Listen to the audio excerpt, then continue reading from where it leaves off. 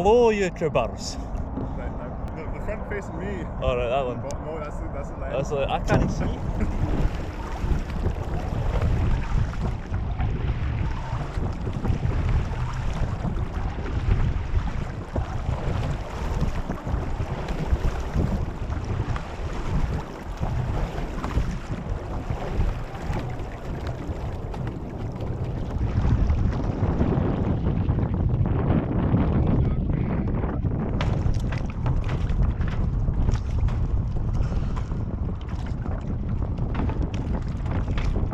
It's round 2, we're going to trials once again, are you?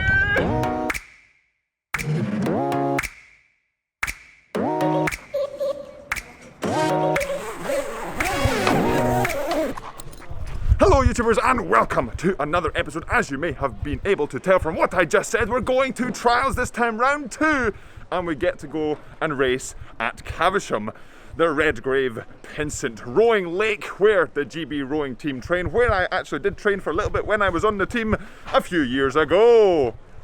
We've got Cam Kemp here as well, who we will be going down to trials and racing together. A fantastic opportunity on this gorgeous day to put the boat on the trailer over there. But finishing off de-rigging and putting the boat on the trailer, saying goodbye to the Lamborghini, name yet to be determined. Let me know in the comments below if you think that name should stick.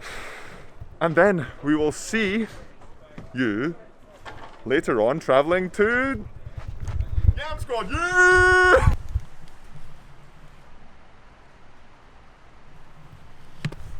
And the weather has taken a slight turn as we're in Scotland. A little bit of rain to balance out the sun that we've been experiencing, but that brings us a little bit to the weather over this weekend. It's going to be pretty heinous. It's going to be up to 50 mile an hour gusts, which aren't ideal for rowing conditions, but as always, rowing is a rowing sport. Rowing is done on the water, and we have to try and row on the conditions that are happening on that day. So we'll see how it goes throughout the weekend. Things might change, the schedules might change. It's supposed to be, right now, the morning we do a time trial, so a 1900 metre time trial 1 by 1. Then in the afternoon on that same day, we do a semi-final seeded off of the time trial, and then we go on to a final the next day, seeded off of the the semi-final from the previous day. So we'll see how it goes. It will be an interesting one for sure, even only just purely based on the weather itself, as well as just 3 opportunities to race over the weekend, which is going to be absolutely fantastic. But now we're going to travel down south, down to Caversham on this lovely, lovely rainy day we have now. So let's get to travelling. And we have made it into the vehicle. I've got the trusty ball that you can place underneath your legs. You can sit on it, on your back, on your neck, or just roll around your arms and different things. Very, very good. I highly recommend having a portable ball with you on the travel days, and a little bit of a pillow just to stick in the nooks and crannies so you're nice and comfortable. And so the rain has stopped, the journey is beginning down south. So it's around about 6-hour drive for us from here at Strathclyde Park. So let's get to it.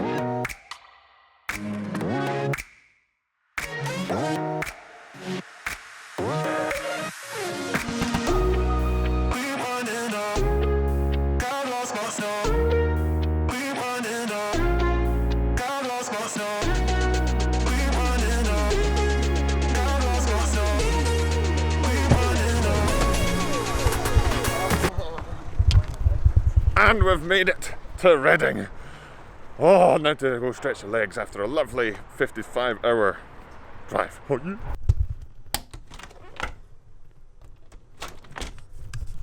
Okay, we've made it to the hotel, and there's a couple of things I like to do, assuming that I've not arrived too late and I've got a little bit of time to relax and unwind. Opening the windows, number one, really important to get some fresh air in the room. Sometimes You can use air conditioning, cool down the room, but then it can create a really dry atmosphere and just not very comfortable, especially for keeping hydrated. But of course that depends on the weather where you are. Here we have a lovely cool atmosphere, nice breeze coming through the windows, so it's keeping the room nice and fresh. Number 2, get a shower, get loose, get limber.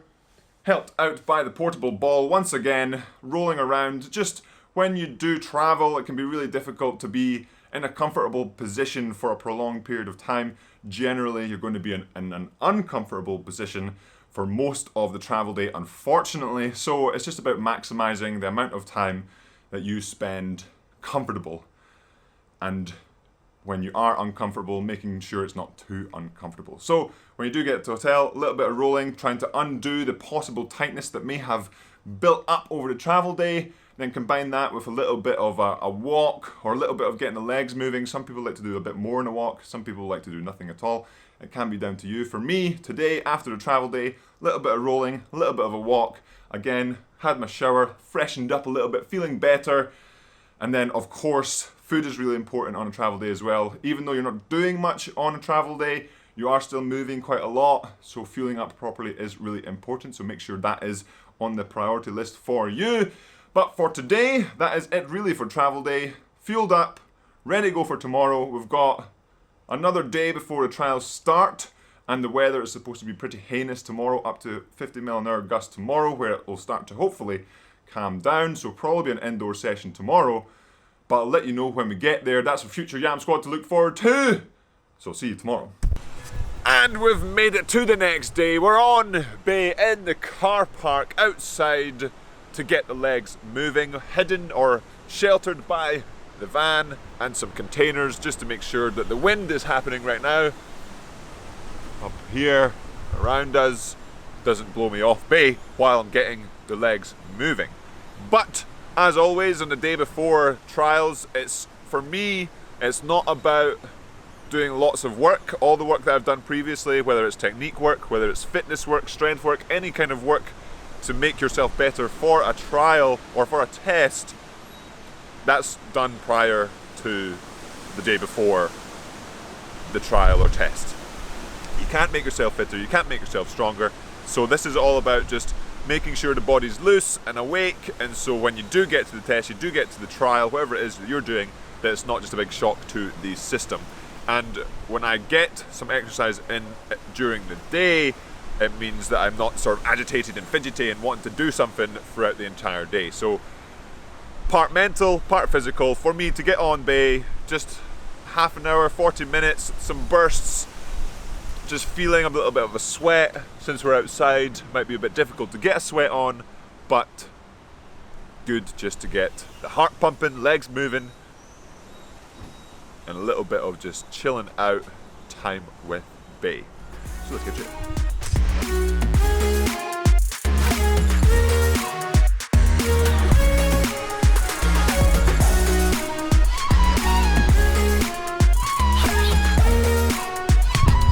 Just a chilled out 8k on the row machine with some bus. But now, a little bit of a sweat going, even in the rain that's about to start, and it's Cam's turn to get on the erg. Is that he's over there somewhere? I don't know where are you? To get his legs moving in his preparation for his trials. So clean the erg, get off the erg, get inside out of the rain. Hopefully it doesn't rain for Cam, and keep on the recovery. Are you? And we've made it to Caversham with the boats. The Lamborghini, name yet to be determined, is here. We're going to rig that up and then put it over there somewhere in preparation for our racing. So love a little bit of an erg. Again here, try not to be on the feet for too long, just a case of rigging. Boat away, back to the hotel, chilling out, relaxing, shooting some b-ball outside of the school. So let's get to rigging.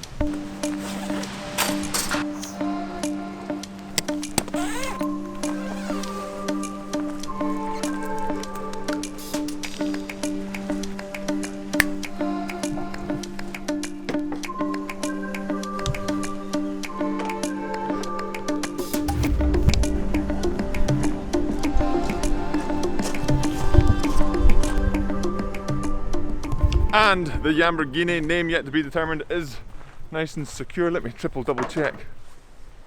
Nice and secure on the rack, as the weather is going to be absolutely heinous. So making sure it's nice and secure, nice and comfortable for the overnight stay in preparation for racing tomorrow. But you may be questioning, why don't we get on the water in preparation for racing tomorrow instead of on the rowing machine, or instead of just chilling, relaxing at the hotel? Well, let me show you. We're here at Caversham, so some boats over there. This is a boat base here at Caversham. We're not allowed inside the building, unfortunately, so I can't show you around, but behind you guys is the water right now. So let me show you why we are in fact not on the water currently.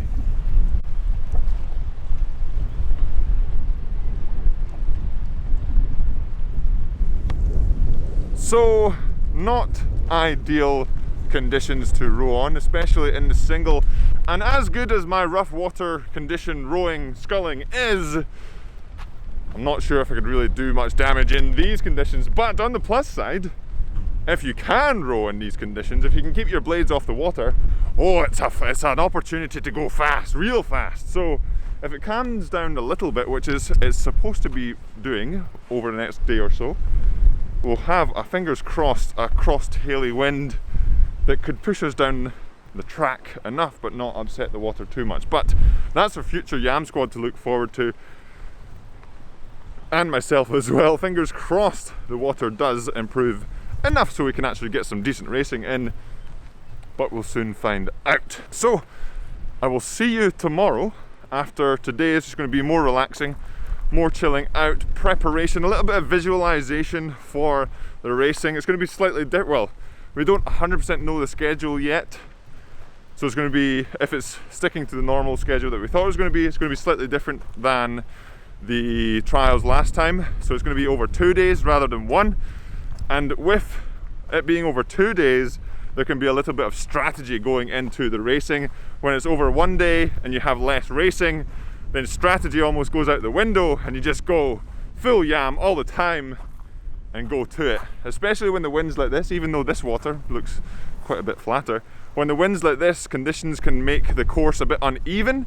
So you want to really get the best position you can in the racing. So we'll find out about that tomorrow after some relaxing, and we secure another boat onto the place where the boats go overnight, nice and secure, and we'll see you tomorrow.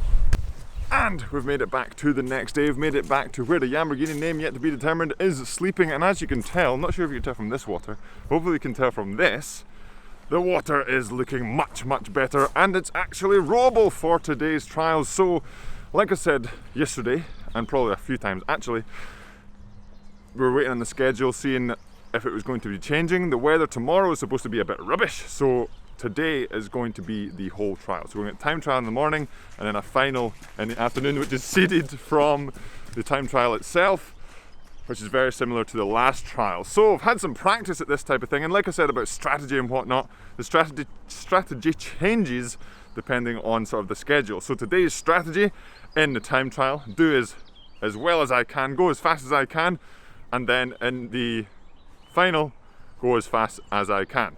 Very, very simple. Just apply some yam in the best way possible. So I've had my pre-paddle, my little bit of a warm-up for the warm-up before the warm-up to get the legs moving, because it's been a couple of days now that I've actually, since I've been on the water itself. So got out there this morning on that water, which has been quite nice, and now it's a case of just getting the legs, just a little bit of stretch. Then we go on to the water for the time trial itself. So fingers crossed, Yam Squad, and then see, I'll let you know how I get on.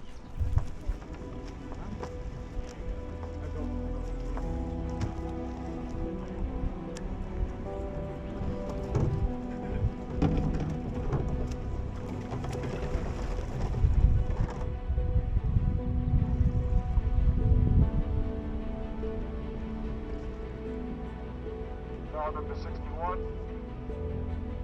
Ready.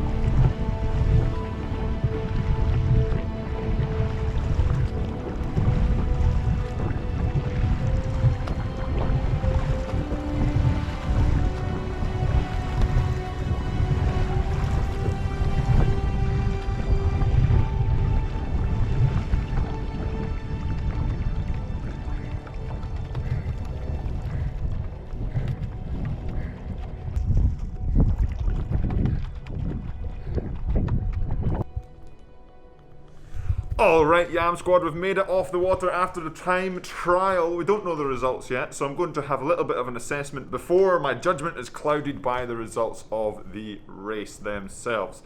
Which I do recommend you do, sometimes, just to really have an honest opinion of how the race went. Because sometimes when you look at the results, depending on which way it goes, you can either think it's went really well just because you've done well in the results, or you can think just because the results are bad, you've done badly. It's how you've done, not how the results have done, if that makes any sense. So, the race itself, 1900 metres on your Todd, all the way down the course, one by one. It was an interesting one. I'm not particularly a fan of a time trial. I really like the element of side-by-side racing. The time trial is all on you. You've got your stroke coach, you've got your speedometer, and you've got yourself and your boat, and you just try to go as fast as you can. And I find it really difficult to judge the effort and the split together to know if it's the right split and the right effort, because obviously depending on the conditions, both of those things can change. And in the single, I feel like I don't have enough experience in the single to know where that effort and speed collide, if that makes sense. So going down the course, the effort to me felt pretty good. The speed was slower than I was anticipating, especially after yesterday with the massive tailwind. I was anticipating a little bit more of a tailwind today. It's more of a crosswind, so not really helping the speed of the boat. And so then when you anticipate that you're going to go a bit faster and then you're not seeing those splits, that's when that kind of question in your head comes into it and you're like, okay, I'm not going as fast as I thought, but is the effort where I want it to be? And that's again where I'm kind of still trying to make sure they match up right. So first part of the race, I think it went off pretty well off the start. Middle sort of from 250 to about the K, I felt like I was just kind of struggling to not find a rhythm, but I just felt a bit clumsy. And then after the K, maybe 750 left, I felt like I found a rhythm that I was quite happy with, felt a bit sharper, and the splits were going a bit faster too.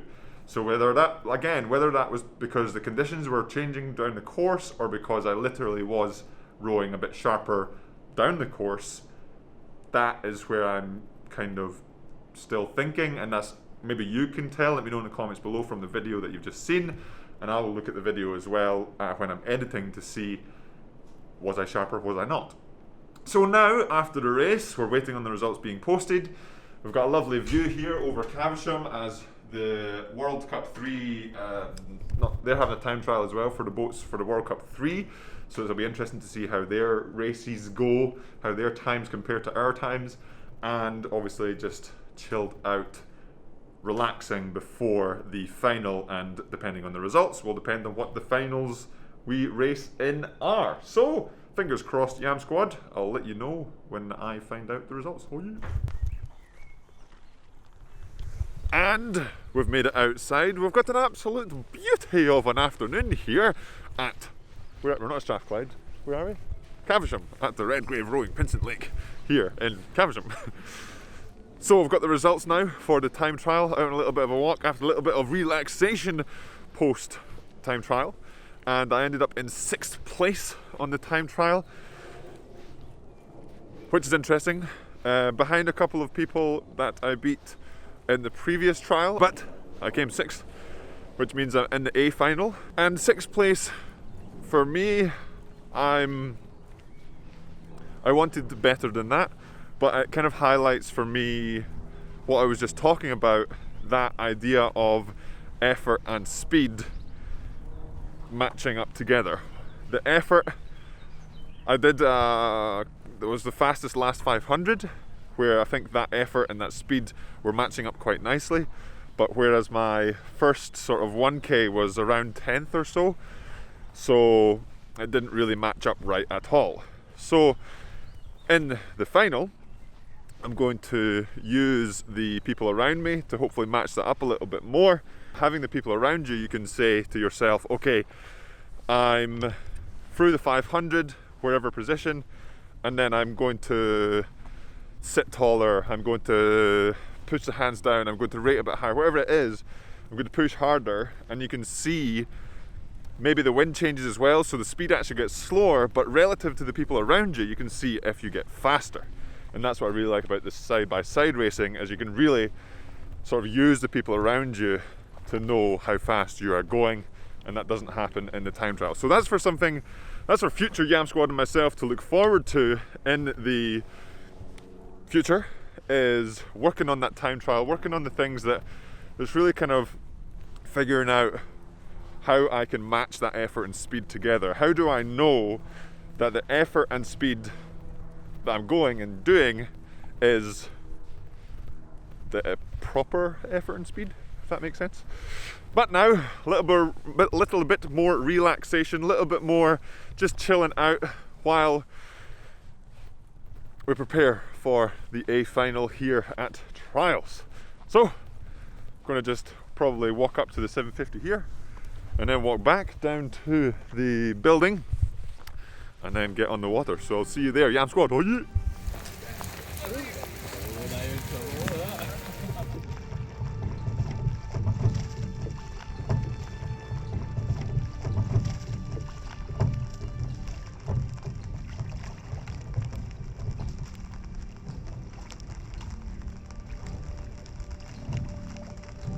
Strathmine, Leander, Strathmine, Newcastle, Leeds, Durham. Attention. Go!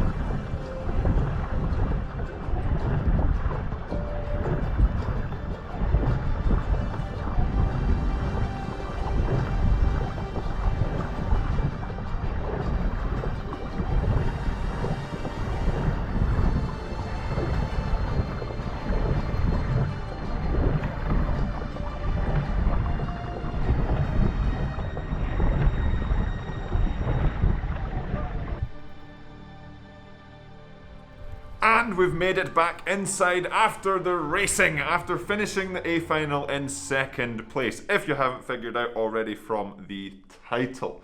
But what a race, a fantastic opportunity to get out there and apply some yam. I actually ended up hitting the highest heart rate that I've hit in quite a while. I think it was 198, 197, around about there. So the effort that I was speaking about earlier was definitely there, but was the effort, my question in the race, was my effort there early enough?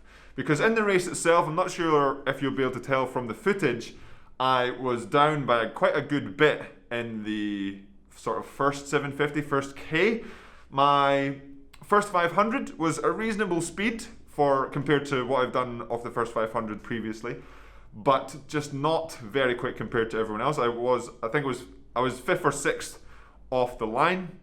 And then as we came through the rest of the race, I sort of gradually went through and got closer and closer to Matt Brigham, who'd won the final. And it's really cool because Matt Brigham and I have been in races, so the start camp a few videos ago, and the last trials, and this one as well, we've been in the same races together. So it's quite good to have sort of bouncing back and forth off each other to say, okay, what can we change? What can we do? How can we compare against each other to see how we can keep pushing each other? So Matt, if you are watching, thanks for the opportunity to race against you, and everyone else competing at trials as well. Thank you for the opportunity to race, and for the organisers, amazing, great organisation, and obviously to Hudson as well. Thank you for creating the Lamborghini name yet to be determined, and having the opportunity to be out here at Caversham and race has been a fantastic one. And that is what the racing is all about. It's just the feeling you get after it. It's all, there's a mixture of, okay, you get all the nerves building up, you finish the race, you get a little bit of relief, you get all the adrenaline, and in the middle of the race, it's what you've been training for, and it's just a lot of excitement built into, whether it be 5 minutes, 6 minutes, 7 minutes, 8 minutes, 9 minutes, 10 minutes, whatever it is. There's a lot of excitement in a short period of time, which is absolutely awesome. So you're buzzing after the race. And the race itself, I'm pretty happy with how I rode. It was, I think, better than I rode in the final of the trials was that last week or 2 weeks ago? In the last 2 videos ago.